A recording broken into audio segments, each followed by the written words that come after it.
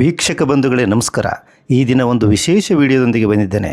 ಒಬ್ಬ ಮಣ್ಣಿನ ಮಗ ಕಾಯಕ ಯೋಗಿ ಏನೆಲ್ಲ ಸಾಧನೆ ಮಾಡಬಹುದು ಎಂಬುದನ್ನು ಈ ವಿಡಿಯೋದಲ್ಲಿ ನೋಡ್ಬೋದು ಸ್ನೇಹಿತರೆ. ಇವರ ಹೆಸರು ಲೋಕೇಶಪ್ಪ ಅಂತ.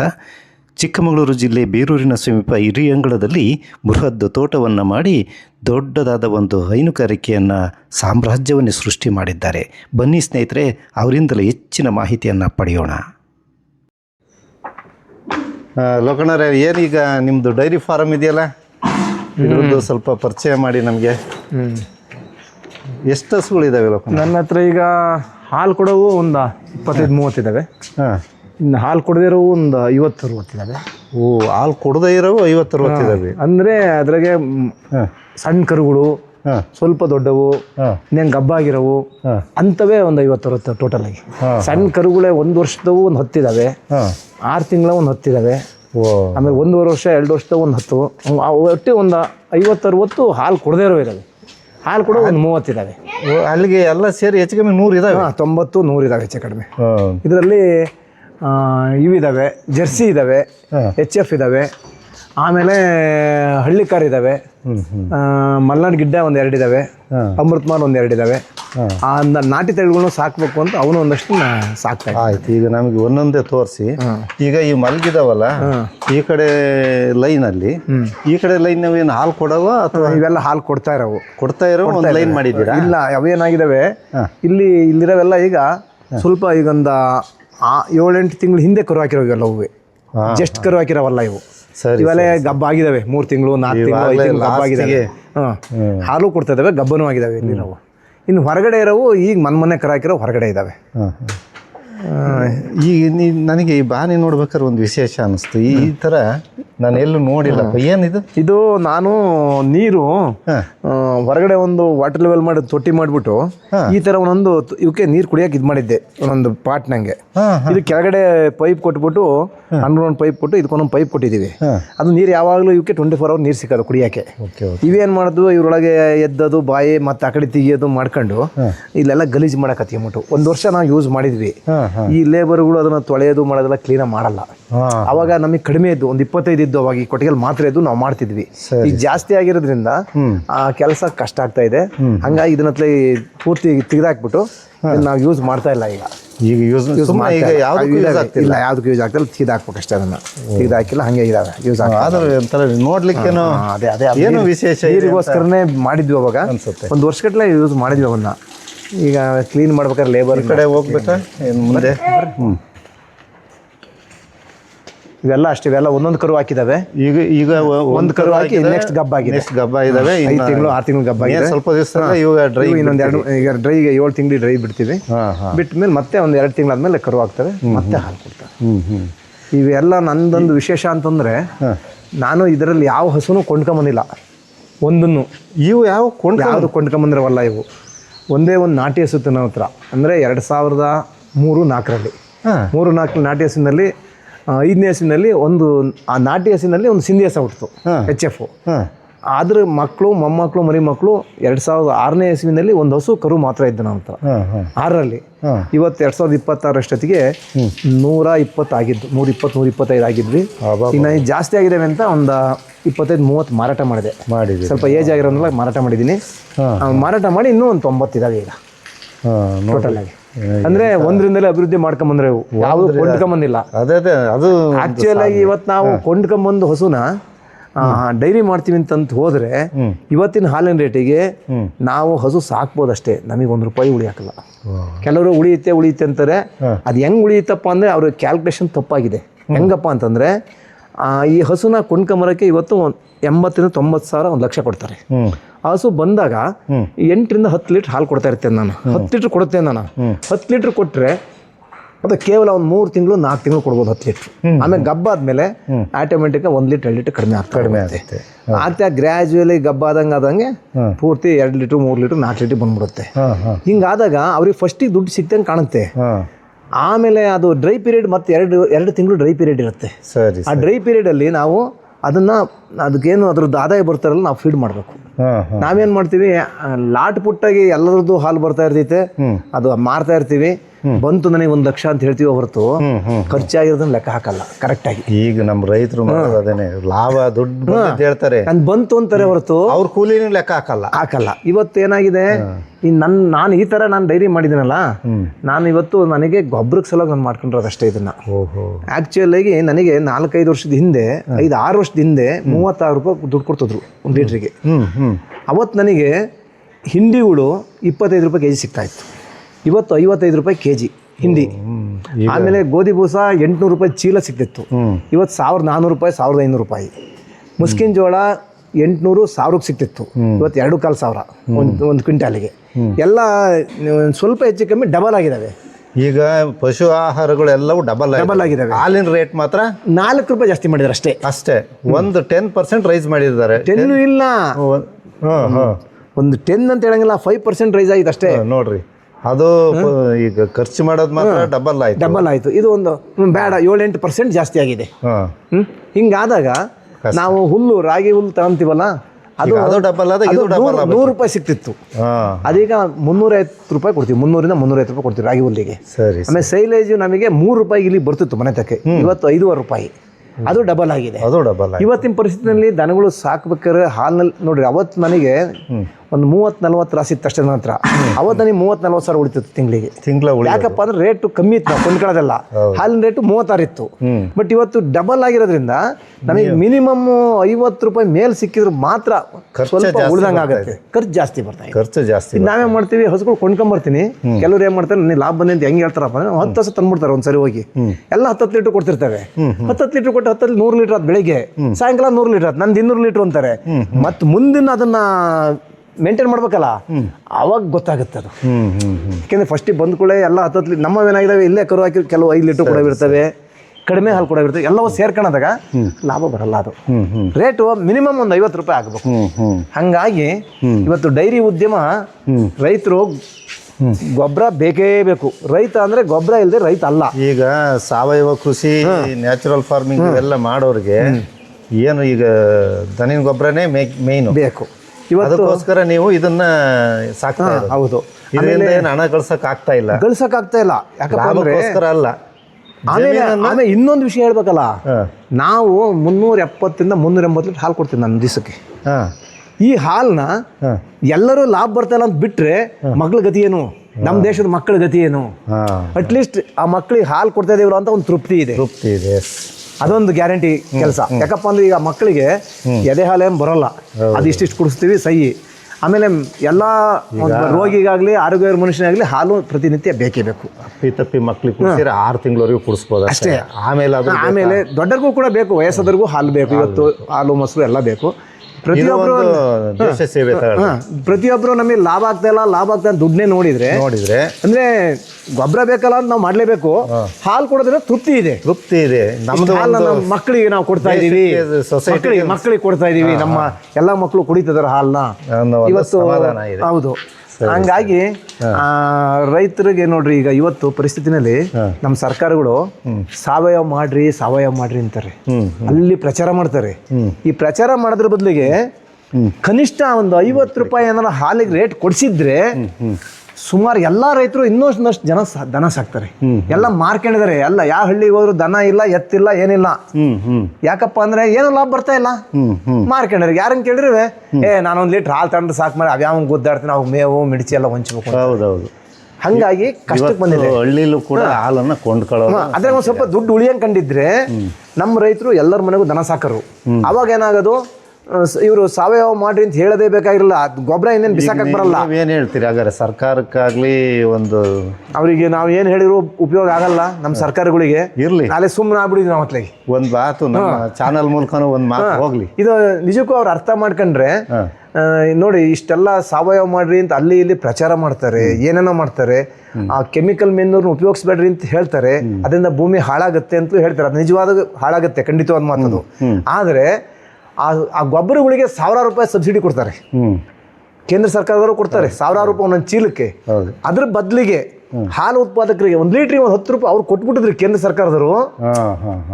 ಅವ ರೈತರಿಗೆ ಇಲ್ಲಿ ಇವರೊಂದು 35 ರೂಪಾಯಿ ಕೊಟ್ಟು, ಅವ್ರೊಂದು 10 ರೂಪಾಯಿ ಕೊಟ್ಟು, ನಮ್ಮ ರಾಜ್ಯ ಸರ್ಕಾರ ಒಂದು 5 ಕೊಟ್ರೆ 40-55 ರೂಪಾಯಿ ಆಗೋದು.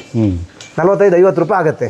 ಅವಾಗ ಪ್ರತಿಯೊಬ್ಬ ರೈತರು ಕೂಡ ಈಗ ನೀವು ಒಂದು ಲೀಟರ್ ಹಾಲಿಗೆ ಕನಿಷ್ಠ ನಮಗೆ ಇಷ್ಟು ರೈತರಿಗೆ ಮಿನಿಮಮ್ 50 ರೂಪಾಯಿ ಸಿಕ್ಬೇಕಾಯ್ತು ಇವತ್ತಿನ. ರಾಜ್ಯ ಸರ್ಕಾರವೋ ಕೇಂದ್ರ ಸರ್ಕಾರವೋ ಒಟ್ಟು ರೈತನ ಕೈಗೆ 1 ಲೀಟ್ರಿಗೆ 50 ರೂಪಾಯಿ ಸಿಕ್ಕಬೇಕು. ಎರಡು ಸೇರಿ ಎಲ್ಲ ಸೇರ್ಕೊಂಡು ಒಂದು 50 ಸಿಕ್ಕಿದ್ರೆ ಈಗ ನೋಡಿ ಅವರು ಕೆಮಿಕಲ್ ಮಂದಿಗೆ ಎಷ್ಟು ಕೋಟಿ ಕೊಡ್ತಾರೆ ಅಂತ ಲೆಕ್ಕಿಲ್ಲ. ಒಂದು ಚೀಲಕ್ಕೆ ಖಂಡಿತ ಯೂರಿಯಾಕ್ಕೆ 1,500,000 ಏನೋ ಕೊಡ್ತಾರೆ ಸಬ್ಸಿಡಿ 1,500,000 ಕೊಡ್ತಾರೆ. ಈ ಮೂಲಕ ಅದನ್ನ ನಿಲ್ಲಿಸಿ. ಈಗ ಅವ್ರೇನಂತಿದ್ದಾರೆ, ಭೂಮಿ ಹಾಳಾಗುತ್ತೆ ಹಾಕಬೇಡಿ ಅಂತ ನನಗೂ ಗೊತ್ತು, ಅವರು ಹೇಳ್ತಿದ್ದಾರೆ, ವಿಜ್ಞಾನಿಗಳು ಹೇಳ್ತಾರೆ, ನಮ್ಮ ಪ್ರಧಾನಮಂತ್ರಿಗಳು ಕೂಡ ಹೇಳ್ತಾ ಇದಾರೆ. ಅದನ್ನ ಅವರು ಈ ಕೆಮಿಕಲ್ ಮೇನ್ಯೂರಿ ಕೊಡೋದನ್ನ ಪೂರ್ತಿ ನಿಲ್ಲಿಸ್ಬಿಡ್ಲಿ. 6,000 ರೂಪಾಯಿಗೆ ಒಂದು ಚೀಲ ರೈತರಿಗೆ ಕೊಡ್ಲಿ, ಇದು ಹಸು ಸಾಕಿದರಿಗೆ ಕೊಡ್ಲಿ, ಹಾಲಿನ ಮೂಲಕ ಕೊಡ್ಬೇಕು, ಹಾಲಿನ ಮುಖಾಂತರ ಕೊಡ್ಬೇಕು. ಸುಮ್ನೆ ಕೊಟ್ರೆ ಎಲ್ಲಾನು ಕೇಳ್ತಾನೆ, ಎಲ್ಲಾನು ಇಸ್ಕೊಂತಾನೆ. ಹಾಲಿನ ಮುಖಾಂತರ ಕೊಟ್ಟಿದ್ರೆ ನಾವು ದನ ಜಾಸ್ತಿ ಸಾಕ್ತಿವಿ. ಎಲ್ಲ ಪ್ರತಿಯೊಂದು ಮನೆಗೆ, ಎಲ್ಲಾ ಹಳ್ಳಿಗಳಲ್ಲೂ ಎಲ್ಲರ ಮನೆಗೂ ದನ ಸಾಕ್ತಾರೆ. ಆ ಕೆಮಿಕಲ್ 6,000 ಆಗುತ್ತಲ್ಲ, 3,000, 4,000, 5,000 ಯಾರು ಕೊಂಡ್ಕೊಳಲ್ಲ. ಅದನ್ನ ಕೈ ಬಿಡ್ತೀವಿ ನಾವಾಗೆ. ಪ್ರಚಾರ ಮಾಡೋದು ಬೇಡ, ಏನ್ ಮಾಡೋದು ಬೇಡ. ಇದು ನಮ್ಮ ಪ್ರಧಾನ ಮಂತ್ರಿಗಳ ಚಿಂತೆನೂ ಇದೆ. ಯಾಕೆ ಭೂಮಿ ಹಾಳಾಗ್ತಾ ಇದೆ, ಉಪಯೋಗಿಸ್ಬೇಡ್ರಿ ಅಂತ ಪ್ರತಿದಿನ ಅವರು ಭಾಷಣದಲ್ಲೂ ಹೇಳ್ತಾರೆ, ಎಲ್ಲ ಕಡೆ ಹೇಳ್ತಾ ಇದಾರೆ. ಆದ್ರೆ ಇದನ್ನ ಕಾರ್ಯರೂಪಕ್ಕೆ ತಂದ್ಬಿಟ್ರೆ ನಿಜವಾಗೂ ನಮ್ಮ ರೈತರು ದನ ಸಾಕಿಬಿಟ್ಟು ದನ ಗೊಬ್ಬರನ ಹಾಕಿ ನಾವು ಬೆಳಿತೀವಿ. ಎಲ್ಲ ಬಹಳ ಉತ್ತಮವಾದ ಒಂದು ಸಲಹೆ. ಇದೇನಾದ್ರು ಸರ್ಕಾರ ಕೇಳಿಸ್ಕೊಂಡು ಅಳವಡಿಸ್ಕೊಂಡ್ಬಿಟ್ರೆ, ನಾನು ಎಷ್ಟೋ ಕಡೆ ಹೇಳಿದೀನಿ ಇಂಥದನ್ನ, ಆದ್ರೂ ಯಾರು ತಲೆಗೆ ಹಾಕೊಂಡಿಲ್ಲ. ಆದ್ರೆ ಅದ್ ಏನ್ ಮಾಡ್ತಾರ ನೋಡ್ಬೇಕು. ಮುಂದಾದ್ರೂ ಹಿಂಗ್ ಮಾಡ್ಲಿಲ್ಲ ಅಂದ್ರೆ ಒಂದಲ್ಲ ಒಂದ್ ದಿವಸ ಭೂಮಿ ಪೂರ್ತಿ ಸತ್ತೋಗುತ್ತೆ. ಅವತ್ತು ನಾವು ತಿನ್ನಕ್ಕಿಲ್ದಂಗಾಗಿ ಇವತ್ತು ನಾವು ಮಕ್ಕಳಿಗೆ ಭೂಮಿ ಬಿಟ್ಟು ಹೋಗ್ಬೋದು, ಆದ್ರೆ ಬೋರ್ಡು ಭೂಮಿ ಬಿಟ್ಟು ಹೋಗ್ತೀವಿ. ಬರಡು ಭೂಮಿ ಎಲ್ಲ ನಮ್ಮ. ಈಗ ನೋಡಿ, ಈಗ ನಾವು ನಮ್ಮ ಅಜ್ಜರು ಅವರೆಲ್ಲ ಇದ್ದಾರಲ್ಲ ಹಿಂದೆ, 90 ವರ್ಷ 100 ವರ್ಷದವರೆಗೂ ಫಸ್ಟ್ ಕ್ಲಾಸ್ ಬದುಕರು. ಯಾವ ಕಾಯಿಲೆ ಬರ್ತಿರಲಿಲ್ಲ, ಯಾವ ಕಸಾಲೆ ಬರ್ತಿರ್ಲಿಲ್ಲ. ಇವತ್ತಿನ ಪರಿಸ್ಥಿತಿನಲ್ಲಿ ಈ ನಮ್ಮನ್ನು ಬಿಡ್ರಿ, ನಾನು ಈಗ 71 ವರ್ಷ, ನನಗೆ 72 ವರ್ಷ ಈಗ ನಡೀತಾ ಇದೆ. ಈಗ 71 ವರ್ಷ ತುಂಬ ನನಗೆ. ನಮ್ಮಷ್ಟು ಆರೋಗ್ಯ ನಮ್ಮ ಮಕ್ಕಳಿಲ್ಲ. ನಮ್ಮ ಮೊಮ್ಮಕ್ಕಳು ಇದಾವಲ್ಲ, ಅವು ಇನ್ನೂ ಕಡಿಮೆ. ಇನ್ನು ಮುಂದೆ ಅವ್ರು ಇನ್ನೆಲ್ಲ 50 ವರ್ಷಕ್ಕೆ ಸತ್ತೋಗ್ಬಿಡ್ತಾರೆ ನೋಡ್ರಿ, ಎಷ್ಟು ಕಾಯಿಲೆ ಕಸಾಲೆ ಬಂದು. ಯಾಕಪ್ಪ ಅಂದ್ರೆ ಈ ಕೆಮಿಕಲ್ ತಿಂದು ಈ ಕೆಮಿಕಲ್ ಕಡಿಮೆ ಮಾಡಬೇಕು ಅಂದ್ರೆ ಒಂದೇ ಒಂದು ಇದು ಉಪಾಯ ಅಂದ್ರೆ ಕೆಮಿಕಲ್ ಗೊಬ್ಬರದ ರೇಟು ಜಾಸ್ತಿ ಆಗಬೇಕು. ಹಾಲು ಉತ್ಪಾದನೆ ಮಾಡೋರಿಗೆ ಸಬ್ಸಿಡಿ ಬರಬೇಕು, ಒಳ್ಳೆ ರೇಟ್ ಆವಾಗ ಒಳ್ಳೆ ರೇಟ್ ಸಿಕ್ಕಿದ್ರೆ ಪ್ರತಿಯೊಬ್ರು ದನ ಸಾಕ್ತಾರೆ. ಅದಕ್ಕೆ ನನಗೆ ಮೊನ್ನೆ ಎಲ್ಲ ಒಂದು ಇದೇ ತರ ಮಾತಾಡಿದಾಗ ನಮ್ಗೆ ಯಾರೋ ಒಬ್ರು ನಮ್ಮ ಸ್ನೇಹಿತರು ಏನಂದ್ರು ಗೊತ್ತಾ, ಒಂದು ಇದರಲ್ಲಿ, ಅಪ್ಪ ನೀನೇನೋ ದನ ಸಾಕಕ್ಕೆ ನಿನಗೆ ಶಕ್ತಿ ಇದೆ, ಸಾಕ್ತಿಯಾ, ನೀನೇನೋ ಗೊಬ್ಬರ ಮಾಡಿ ನಾವೇನ್ ಮಾಡೋಣ ಅಂದ್ರು. ಅದನ್ನ ನಾನು ಅವ್ರಿಗೆ ಹೇಳಿದೆ, ನೀನ್ ಸಾಕ್ಬೇಡಪ್ಪ, ನಿನ್ ಕೈಲಿ ಆಗ್ಲಿದ್ರೆ ಬೇರೆ ಸಾಕಿರ್ತಾರಲ್ಲ, ಇನ್ನು ಯಥೇಚ್ಛವಾಗಿ ಗೊಬ್ಬರ ಸಿಗುತ್ತೆ, ನೀನ್ ತಂದು ನಿಮ್ ತೋಟಕ್ಕೆ ಹಾಕು, ನಿಮ್ ಜಮೀನಿಗೆ ಹಾಕು. ಹೌದೌದು, ಈ ಮಾತು ಹೇಳಿದೆ ಅವ್ರಿಗೆ, ಅರ್ಥ ಆಗಬೇಕು. ಅವನು ಎಜುಕೇಟೆಡ್ ಮನುಷ್ಯ ಹೇಳಿದ್ದು. ಆದರೆ ಲೋಕಣ್ಣರೇ, ನೀವು ಇಂಥ ಸಂಕಷ್ಟದಲ್ಲೂ ಇಷ್ಟು ಹಸು ಕಟ್ಟಿದ್ರಲ್ಲ, ನನಗೆ ಆಗ್ಲೆಲ್ಲ ಹಸುಗಳನ್ನೇ ತಿರುಗಿ ನೋಡಂಗೆ ಆಗ್ತಾ ಇದೆ. ಅಲ್ಲ, ನೋಡಕ್ ಖುಷಿ ಆಗುತ್ತೆ. ಎಷ್ಟು 100 ಹಸುಗಳನ್ನು ಕಟ್ಟಿದಿರಲ್ಲ. ಹೌದು, ಇದು ನಮ್ಮ ಹಳ್ಳಿಗಳಲ್ಲಿ ಇವತ್ತೆಲ್ಲೂ ನೋಡಕ್ ಸಿಕ್ಕಲ್ಲ. ಆಮೇಲೆ ನಾನು ಹೇಳೋದೊಂದು ವಿಷಯ ನಿಮ್ಗೆ, ನನಗೆ ಈ ಹಸುಗಳನ್ನ ಸಾಕ್ತಾ ಇರೋದು ತೃಪ್ತಿ ಇದೆ. ಯಾಕಪ್ಪ ಅಂದ್ರೆ ನಾನು ಇದನ್ನ ಕಷ್ಟಪಟ್ಟು ಸಾಕ್ತಾ ಇಲ್ಲ, ಖುಷಿಯಿಂದ ಸಾಕ್ತಾ ಇದ್ದೀನಿ. ಇದಕ್ಕೆ ನನಗೆ ಹಾಲಲ್ಲಿ ಏನು ಉಳಿದಿದ್ರು ಚಿಂತೆ ಇಲ್ಲ. 70 ರಿಂದ 80 ಲೋಡ್ ದನಿ ಗೊಬ್ಬರ ಆಗತ್ತೆ ನನಗೆ. ಇಡೀ ತೋಟಕ್ಕೆ ನಾನು ಪ್ರತಿ ವರ್ಷ ದನಿ ಗೊಬ್ಬರ ಹಾಕ್ತೀವಿ. ಹಂಗಾಗಿ ನಮ್ಮ ತೋಟಗಳು ಸಮೃದ್ಧವಾಗಿದ್ದಾವೆ. ಇದಕ್ಕೋಸ್ಕರ ನಾನು ಇವೆಲ್ಲವೂ ಈಗ ನಾನೇನಾದ್ರು ಗೊಬ್ಬರ ಕೊಂಡ್ಕೊಂಬರ ಎಲ್ಲಿ ಸಿಗುತ್ತೆ ಇವತ್ತು? ಸಿಗಲ್ಲ. ಅಲ್ಲೊಂದು ಲೋಡ್ ಇಲ್ಲೊಂದು ಲೋಡ್ ಎಲ್ಲೆಲ್ಲೋ ಆಗಲ್ಲ. 4 ಲೋಡ್ ತರ 4 ಜನ ಮನೆ ಹತ್ರ ನಿಮಗೆ ತಿಪ್ಪೆ ತೋರಿಸ್ತೀನಿ ನಡ್ರಿ. ಈಗ ನಾನು ತಮ್ಮ ತಿಪ್ಪೆ ಹೆಂಗಿದೆ ತೋರಿಸಿ. ಈ ವರ್ಷ ಮತ್ತೆ ಈಗ ನಾನು ಈ 3 ತಿಂಗಳಿಂದ ನಾನು ಖಾಲಿ ಮಾಡಿದ್ದೀನಿ ತಿಪ್ಪೆನ. ಈಗ ಮತ್ತೆ ಎಷ್ಟು ಸ್ಟಾಕ್ ಆಗಿದೆ ನೋಡಿ. 3 ತಿಂಗಳಿಗೆ ಎಷ್ಟು, ಒಂದು ದಿವಸಕ್ಕೆ ಮಿನಿಮಮ್ ಅಂದ್ರೂ ಒಂದು 3/4 ಟ್ರ್ಯಾಕ್ಟರ್ ಸಗಣಿ ಬರುತ್ತೆ. ಆಗುತ್ತೆ ಬಿಡ್ರಿ, ಖಂಡಿತ. ಹಂಗಾಗಿ ಇದ್ರ ಜೊತೆಗೆ ನಾನು ಇದುವರೆಗೆ ನಾನು ಗ್ಯಾಸ್ ಕೊಂಡ್ಕೊಳ್ತಾ ಇದ್ದೆ. ಈಗ ಇದುವರೆಗೆ ಈಗ ಒಂದು ವರ್ಷ ಆಯ್ತು, ಹೆಚ್ಚು ಕಡಿಮೆ 1 ವರ್ಷ 1.5 ವರ್ಷ ಆಯ್ತು ನೋಡಿ. ಇದೊಂದು ಗೋಬರ್ ಗ್ಯಾಸ್ ಮಾಡಿಸಿದ್ದೀನಿ ನಾನೀಗ. ಓಹೋ, ಇದು ಗೋಬರ್ ಗ್ಯಾಸ್. ಈ ಕಡೆಗೆ ಬರ್ರಿ, ಇದು ಗೋಬರ್ ಗ್ಯಾಸ್ ಪ್ಲಾಂಟ್ ನಮ್ಮದು. ಈ ಗೋಬರ್ ಗ್ಯಾಸ್ ಪ್ಲಾಂಟ್ನಲ್ಲಿ ನಾನು ಇದಕ್ಕೆ ಹೆಚ್ಚು ಕಮ್ಮಿ 1.5 ಲಕ್ಷ ಖರ್ಚು ಮಾಡಿದ್ದೀನಿ. ಇದು 8 ಕ್ಯೂಬಿಕ್ ಮೀಟರ್ ಅಂತ. 8 ಕ್ಯೂಬಿಕ್ ಮೀಟರ್ ಅಂದರೆ ಇದು ಹೆಚ್ಚು ಕಮ್ಮಿ 50 ರಿಂದ 60 ಜನ ಅಡುಗೆ ಮಾಡ್ಬೋದು ನಂತರಲ್ಲಿ. ಇದು ಹೆಚ್ಚು ಕಮ್ಮಿ 20 ಅಡಿ ಆಗಲ್ಲ, 18 ಅಡಿನೇ ಇದೆ ಆಗಲ್ಲ.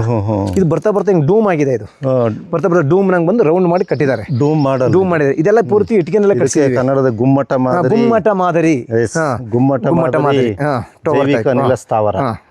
ಇದೇನಾಗಿದೆ, ನಮಗೆ ಗೋಬರ್ ಗ್ಯಾಸ್, ನನಗೆ ಇದರಲ್ಲಿ ನಮ್ಮ 2 ಮನೆಗೆ ತಿಂಗಳಿಗೆ 3 ಗ್ಯಾಸ್ ಬೇಕಾಗಿತ್ತು.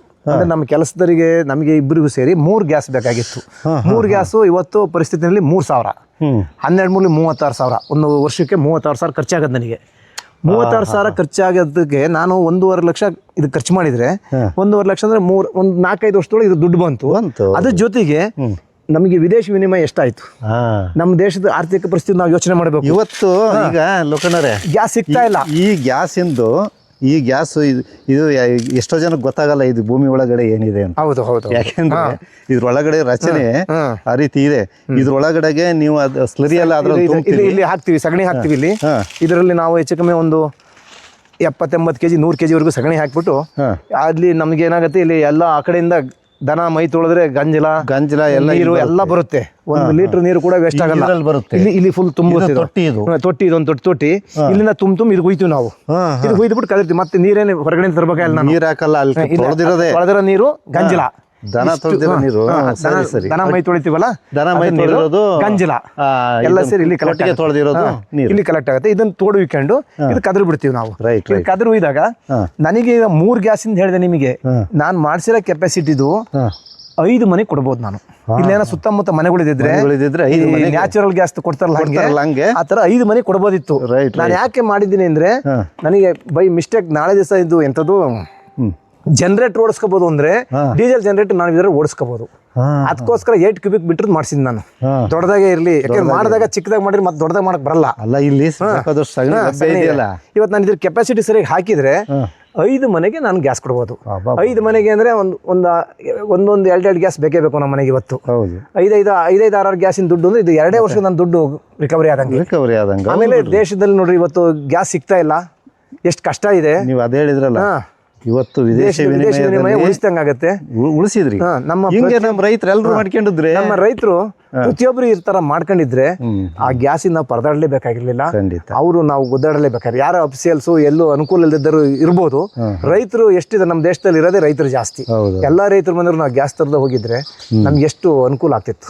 ಆ ಗ್ಯಾಸ್ಗೆ ಹೋಗಿ ಅವ್ರ ಕ್ಯೂ ನಿಂತ್ಕೊಂಡು ದುಡ್ಡು ಕೊಟ್ಟು ಪರದಾಡ್ಕೊಂಡು ತರಬೇಕು, ಇದೆಲ್ಲ ತಪ್ಪದು. ಅದರಿಂದ ಎಲ್ಲರೂ ಈಗ ದಯವಿಟ್ಟು ನಮ್ಮ ರೈತರಿಗೆ ಈ ಚಾನಲ್ ಮುಖಾಂತರ ಹೇಳೋದೇನಂದ್ರೆ, ಗೋಬರ್ ಮಾಡಿಸ್ಕೊಳ್ರಿ ಅಂತ.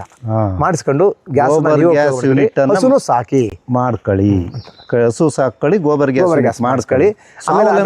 ಅದ್ರಲ್ಲಿ ಬರೋ ಗೊಬ್ಬರ ಇದೆಯಲ್ಲ ನೋಡಿ, ಅಲ್ಲಿ ಸ್ಲರಿ ಟ್ಯಾಂಕ್ಗಳವು ಇದರಿಂದ ಬೈದು ಅಲ್ಲಿ ಬರುತ್ತೆ. ಅದರಲ್ಲಿ ಟ್ಯಾಂಕ್ ಅದು ಟ್ಯಾಂಕ್ ಸ್ಲರಿ ತುಂಬಿರೋದು ನೋಡಿ. ಆ ಟ್ಯಾಂಕ್ ಒಳಗಡೆ ಹೋದ್ರೆ 16 ಅಡಿ ಆಳ ಇದೆ. ಅದು 16 ಅಡಿ ಆಳ ಇದೆ. ಅದು ಎಲ್ಲ ಸ್ಟಾಕ್ ಆಗಿದ್ದನ್ನ ನಾವು ಏನ್ ಮಾಡ್ತೀವಿ, ನೀರು ಮಿಕ್ಸ್ ಮಾಡಿ ತೋಟಕ್ಕೆ ಪಂಪ್ ಮಾಡ್ತೀವಿ. ಇದರಲ್ಲಿ ಗೊಬ್ಬರ ನೈಟ್ರೋಜನ್ ಆಗ್ಲಿ, ಫಾಸ್ಫರಸ್ ಆಗ್ಲಿ, ಪೊಟ್ಯಾಶ್ ಆಗ್ಲಿ ಯಾವ್ದು ಕಡಿಮೆ ಆಗಿರಲ್ಲ. ಮೀಥೇನ್ ಗ್ಯಾಸ್ ಮಾತ್ರ ಇದರಲ್ಲಿ ಬಂದಿರುತ್ತೆ. ಇನ್ನ ಪೋಷಕಾಂಶ NPK ಮಾತ್ರ ಅದರಲ್ಲಿ ಡಬಲ್ ಆಗಿರುತ್ತೆ. ಯಾಕಪ್ಪ, ಯಾವ ಬಿಸಿಲು ಬೀಳದಂಗೆ ಅಲ್ಲೇ ಇದರಲ್ಲಿ ಹೆಚ್ಚು ಕಮ್ಮಿ 1-1.5 ತಿಂಗಳು ಕೊಳತಿರುತ್ತೆ. ಅದು ಕರಿಗೆ ಹೊರಗೆ ಬಂದಿರುತ್ತೆ. ಹಂಗಾಗಿ ಇದು ಗೊಬ್ಬರನೂ ಕೂಡ ಪವರ್ಫುಲ್ ಆಗಿರುತ್ತೆ. ಲೋಕಣ್ಣರೇ, ಇದೆಯಲ್ಲ, ಇದು ನೋಡ್ಲಿಕ್ಕೆ ಏನೋ ಹಿಂಗೆ ಒಂದು ಇಷ್ಟು ಜಾಗ ಖಾಲಿ ಬಿದ್ದಿದೇನೋ ನಂಗೆ ಕಾಣುತ್ತೆ. ಅದೊಂದು ಆದ್ರೆ 16 ಅಡಿ ಆಳ. 16 ಅಡಿ ಆಳ ಇದೆ. ಅದು ಈ ಕಡೆದು 16 ಅಡಿ ಇದೆ, ಆ ಕಡೆ 6 ಅಡಿ ಇದೆ. ಅಲ್ಲಿ ಬಂದಿದ್ದು ಅದು ಸೋಸ್ಕೊಂಡು ಇದ್ರೊಳಗೆ ಬರಂಗ್ ಮಾಡಿದೀವಿ. ಯಾಕಪ್ಪ ಅಲ್ಲಿ ತುಂಬಾ ಗಟ್ಟಿಗಿರುತ್ತೆ, ಇದ್ರ ಇರುತ್ತೆ. ಸ್ಲರಿನ ಇದು ಹೋಗುತ್ತೆ. ಇದನ್ನೆಲ್ಲ ನೀವು ನಮ್ಮ ಮೋಟ್ರು ಸುಟ್ಟೋಯಿರೋದ್ರಿಂದ ಈ ಮೊನ್ನೆಯಿಂದ ಇದರಲ್ಲಿ ಸ್ಲರಿ ಹೊಡೆದಿಲ್ಲ, ಫುಲ್ ಆಗ್ಬಿಟ್ಟಿದೆ ಈಗ. ಇದು ಸ್ಲರಿ ಹೊಡೆಯ ಮೋಟ್ರ್. ಅದು ಒಳಗಡೆ ಮೋಟ್ರ್ ಇಟ್ಟಿದ್ವಿ, ಆ ಮೋಟ್ರ್ ತೆಗ್ದಿದೀವಿ. ಈಗ ವೈಂಡಿಂಗ್ ಮಾಡಕ್ ತಗೊಂಡು ಕೊಟ್ಟಿದ್ದೀನಿ. ಹಂಗಾಗಿ ಇದನ್ನ ಇವತ್ತೇ ಇಲ್ದಂಗೆ ಆಗಿದೆ. ಇಲ್ಲಾಂದ್ರೆ ಸ್ಟಾರ್ಟ್ ಮಾಡಿ ನಿಮಗೆ ಸ್ಲರಿ ತೋರಿಸ್ತಿದ್ದೆ ನಾನು ಹೊರಗೆ ಬರೋದು. ಗ್ರೇಟ್ ಬಿಡಿ, ತೋಟಕ್ಕೆ ಹೋಗ್ಬಿಡುತ್ತೆ. ಈ ತರ ವ್ಯವಸ್ಥೆ ಮಾಡಿ ನೆಕ್ಸ್ಟ್ ನಾನು ಈ ಸ್ಲರಿನೆಲ್ಲ ಹೊಡೆದು ಹುಲ್ಲು ಬೆಳೆದಿನ ದನಗಳಿಗೆ. ಆ ಹುಲ್ಲು ಯಾವ ಕಲರ್ ಇದೆ ನಿಮಗೆ ಮುಂದೆ ಸ್ವಲ್ಪ ಹೋದ್ರೆ ಹೋದ್ಮೇಲೆ ತೋರಿಸ್ತೀನಿ. ನಮಗೆ ಲಾಸ್ ಆಗುತ್ತೆ ಅಂತ ನಾವು ಅವು ಊಟ ಹಾಕ್ಲಿಲ್ರೆ ಅವು ನಮಗೆ ಲಾಸ್ ಮಾಡ್ತವೆ. ಅದಕ್ಕೆ ನಾವು ಆಶ್ಚರ್ಯ ಆಗುತ್ತೆ ಬಿಡ್ರಿ. ಇದು ಕೇವಲ 9 ತಿಂಗಳದ ಅಮೃತ ಮಾಲ್. ಇದು ಅಮೃತ ಮಾಲ್. ಇದು 9 ತಿಂಗಳು ಹಳ್ಳಿ ಕಾರು ಸಾಕಿದ್ರಿ, ಅಮೃತ ಮಾಲ್ ಸಾಕಿದ್ರಿ. 6 ತಿಂಗಳ ಕರುನ 56,000ಕ್ಕೆ ಮಾಡಿದೆ. ಅಲ್ಲ 66,000, 56 ಅಲ್ಲ 66,000. 66,000ಕ್ಕೆ ಮಾರಿದ್ದು. 66,000ಕ್ಕೆ ಮಾರಿದೆ ಇದ್ರ ಕರುನ. ರೂಪಾಯಿ ಜಾಗ ತೋರಿಸಿದ್ರು. ಅವಾಗ ಈ ಹಸುಗಳನ್ನ ಸಾಕಕ್ಕೆ ಹೋಗಿರೋ ಈ ಜಮೀನು ತಗೊಂಡೆ. ಅವತ್ತು ಈ ಜಮೀನು ತಗೊಂಡಿರೋದ್ರಿಂದ ನನಗೆ ಜಮೀನಲ್ಲಿ ಬೇಕಾದಷ್ಟು ನಾನು ದುಡಿಮೆ ಮಾಡಿದ್ದೀನಿ. ಇವರೆಲ್ಲ ದುಡಿಮೆ ಬರಲಿಲ್ದ್ರೂ ಆ ಹಸುಗಳ ಕಾರಣಕ್ಕೆ ನಾನು ಇಲ್ಲಿ ಬಂದಿದ್ದು. ಹಸುಗಳಿಂದಾಗಿ ಈ ಜಾಗಕ್ಕೆ ಬಂದು